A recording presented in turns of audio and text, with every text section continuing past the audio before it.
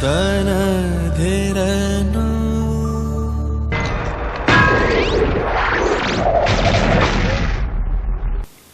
Master ഈ cinema എന്നെ ഒരുപാട് അട്രാക്റ്റ് ചെയ്തത് അതിൻ്റെ ഒരു മേക്കിംഗ് രീതിയിലും അതിൻ്റെ ക്ലൈമാക്സിലുമാണ്.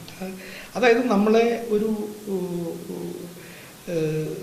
ക്യൂരിയോസിറ്റിയുടെ മുൾമുനയിൽ നിർത്തിക്കൊണ്ടാണ് ആ സിനിമ ഇങ്ങനെ ട്രാവൽ ചെയ്യുന്നത്. അത് കൊണ്ടുവന്ന് ഭംഗിയായിട്ട് കൊണ്ടുവന്ന് കൺക്ലൂഡ് ചെയ്യുകയും ചെയ്യുന്നുണ്ട്. എല്ലാത്തിനും ആൻസറുണ്ട്.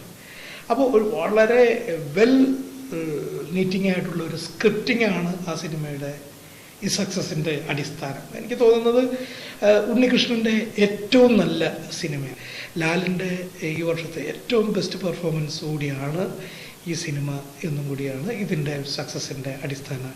പടം ഗംഭീരം എന്നുള്ളതിൻ്റെ ഏറ്റവും വലിയ തെളിവാണ് ഈ ജനം.